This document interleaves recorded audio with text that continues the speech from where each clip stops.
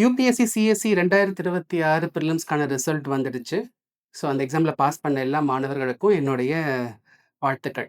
இப்போ prelims pass பண்ணியாச்சு. அடுத்து என்ன சார் பண்ண? நேத்துலருந்து நெறைய ஃபோன் கால்ஸ், மெசேஜஸ். அடுத்து நான் என்ன பண்ணணும்? இப்ப நான் ஸ்டூடண்ட்ஸ 2ஆ பிரிச்சுடுறேன். ஒரு செட் ஆஃப் ஸ்டூடண்ட்ஸ் பார்த்தீங்கன்னா, அவங்க ஏற்கனவே மெயின்ஸ் எழுதியிருப்பாங்க. இல்லாட்டி அவங்க ஏற்கனவே அ ஆப்ஷனல், ஜிஎஸ்லாம் நல்லா படிச்சு நோட்ஸ் எடுத்து வச்சிருப்பாங்க. ஸோ, அவங்களுக்கு நான் என்ன சொல்றேன்னா, ஸ்ட்ரெய்ட்டா டெஸ்ட் சீரிஸ் ஜாயின் பண்ணிக்கோங்க. ஜாயின் பண்ணிட்டு வாரம் டெஸ்ட் எழுதுங்க. வாரம் ஒரு ஆப்ஷனல் டெஸ்ட், வாரம் ஒரு ஜிஎஸ் டெஸ்ட், வாரம் எஸ்ஏ டெஸ்ட்ன்னு வாரத்துக்கு 3 டெஸ்ட்டாவது எழுதிக்கிட்டு போங்க. டெஸ்ட் தான் ஒரே வே டூ ப்ரொசீட். இப்ப இன்னொரு மேஜர் செட் ஆஃப் ஸ்டூடண்ட்ஸ் இருக்காங்க. அவங்க என்னன்னா பயந்து போயிருக்காங்க. என்ன சொல்றீங்க? பிரிலிம்ஸ் பாஸ் பண்ண சந்தோஷப்படணும் இல்லையா? சந்தோஷம் தான் படணும். ஆனா அவங்களுக்கு பயம் ஜாஸ்தியா இருக்கு. சார் இன்னும் ஒரு 65 நாள் கிட்ட தான் இருக்கு. நான் மெயின்ஸ் பிரிப்பரேஷனே இதுவரைக்கும் பண்ணல. பிரிலிம்ஸ் பாஸ் பண்ணிட்டேன். இப்ப நான் என்ன பண்ண? இப்போ நீங்க நல்லா புரிஞ்சுக்கணும். இன்னும் 65 நாள் தான் இருக்கு.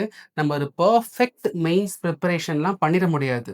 அப்ப நம்ம ஒரு பிராக்டிகல் மெயின்ஸ் பிரிப்பரேஷன் தான் நம்ம பண்ணணும். அந்த பிராக்டிகலா நீங்க ஒழுங்கா பண்ணாலே கண்டிப்பா நம்ம மெயின்ஸ்ல நல்ல மார்க் வாங்க முடியும்.